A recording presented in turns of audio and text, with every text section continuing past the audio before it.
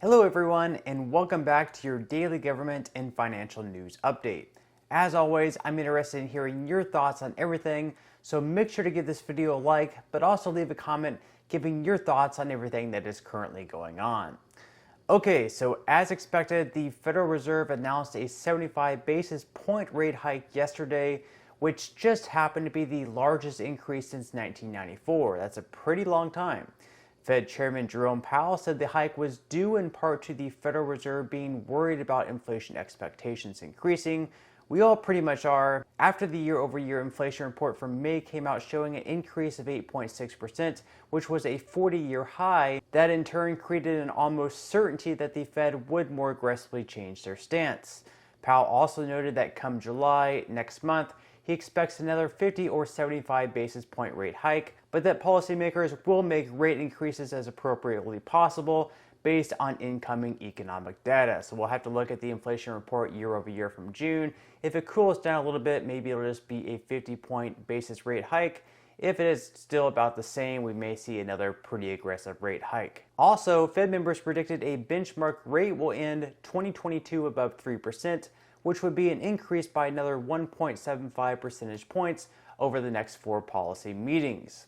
So exactly how did we get here? Well, a combination of a wildly irresponsible economic policy from our government combined with loose monetary policy from the Federal Reserve. During the pandemic, the Federal Reserve lowered the rate to 0 to essentially subsidize borrowing and spending, and then proceeded to purchase $4 trillion in assets. While this was going on, the Trump administration and Congress proceeded to spend trillions of dollars while our economy was in an artificial coma thanks to everything being shut down. In 2020, the government spent around $6.5 trillion. Then, as we finally developed a working vaccine, and under these circumstances, you would expect everything to go back to normal, the economy should rebound.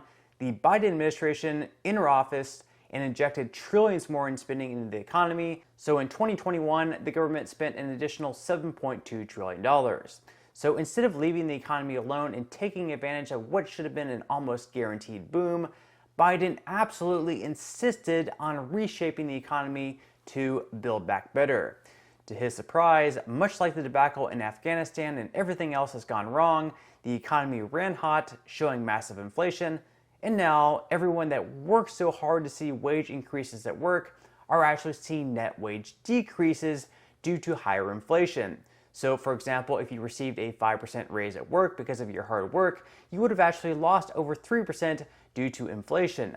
Now, you would have expected the markets to react pretty poorly to this news, as when rates are increased, at least usually, markets decrease in turn and vice versa. However, yesterday, VOO, which is an ETF that tracks the S&P 500, actually increased by 1.43%.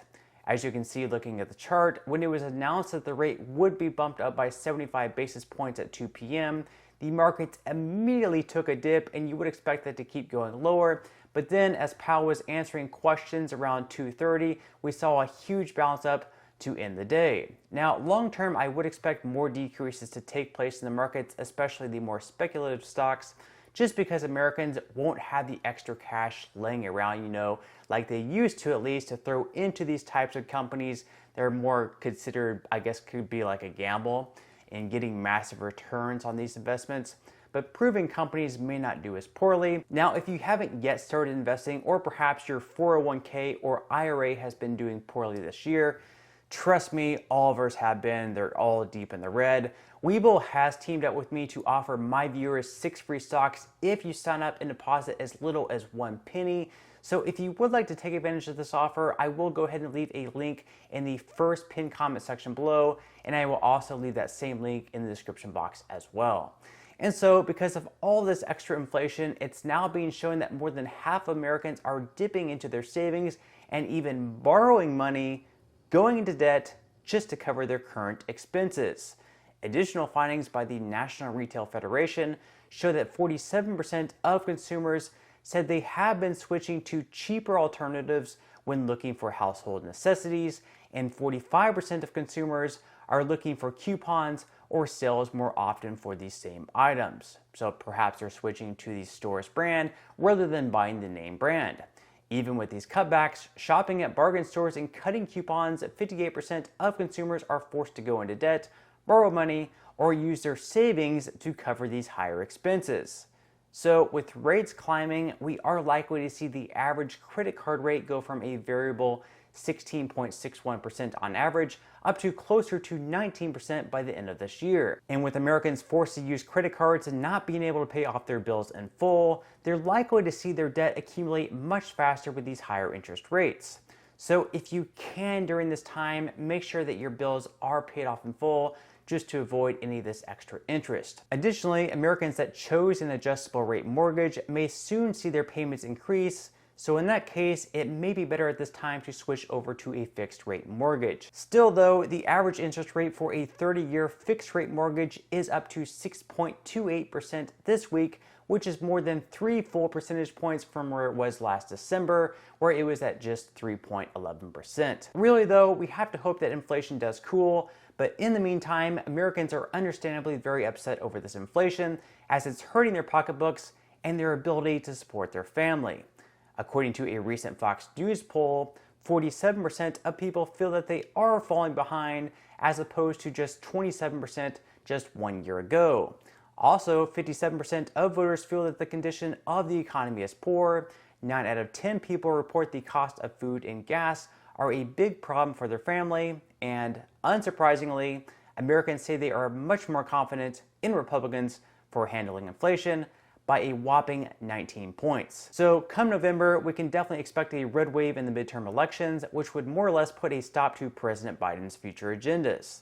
Of course, in the meantime, the Biden administration is now shifting the blame on high oil prices from Vladimir Putin over to oil companies for not being patriots. Now we want to focus on the oil refinery, which is why we put out the letter today or yesterday. I'm losing my track of time. And so we see that as an important first step in making sure that the oil refineries are doing their part, again, patriotic duty, in making sure that they're putting out capacity and they're not taking advantage of a war that is hurting the American public.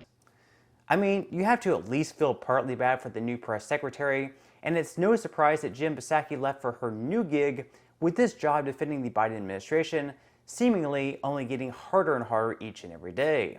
Here, you can see Karine Jean-Pierre reading directly from the binder she was given, reading word for word a rehearsed statement that really just means absolutely nothing. In the letter, the president said that he's prepared to use all reasonable and appropriate federal government tools and emergency authorities to increase refining capacity.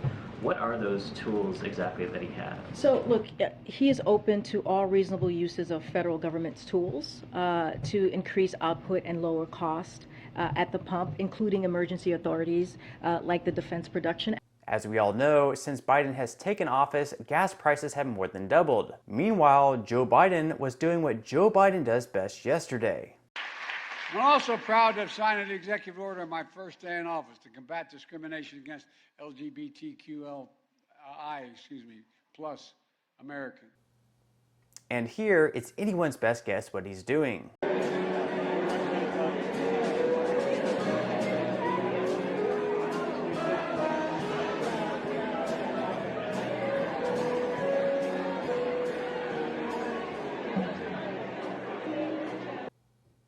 Democrats running in Florida are trying to distance themselves from Joe Biden in sort of a funny but cringe answer to being asked if she would like to run her campaign with Biden and Harris. Election. If the president or vice president want to come and campaign with you in this race, what would you say to them? Frankly, I think I don't know the answer.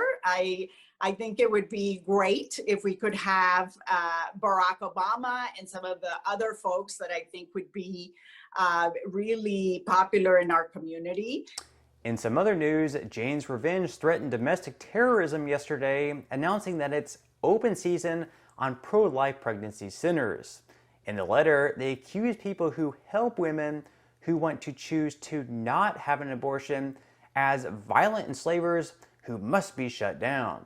They write, from here forward, any anti-choice group who closes their doors and stops operating will no longer be a target, but until you do, it's open season and we know where your operations are. Over the weekend, pro-abortion terrorists also firebombed a pregnancy center in Oregon. They also wrote on the walls, "If abortions aren't safe, then neither are you." Great logic here, obviously. This is something that's been happening all over the country, with the Biden administration essentially pushing it to the side and failing to condemn it. Jane's Revenge has also recently taken credit for other attacks on pro-life organizations, including the attack on Wisconsin Family Action last month and the pro-life Christian Pregnancy Center in Buffalo, New York. So will our wonderful Attorney General Merrick Garland step in and do anything? Or perhaps is he just too concerned with January 6th and Donald Trump, the worst day in American history? But on that note, I'm going to go ahead and wrap up this video. If you enjoyed the content in today's video and you would like to see more like it, make sure to give this video a like, subscribe to my channel, and also ring the notification bell. That way you will be the first to be notified when I do release future videos. And until next time, have a wonderful day ahead, and I'll see you in the next video.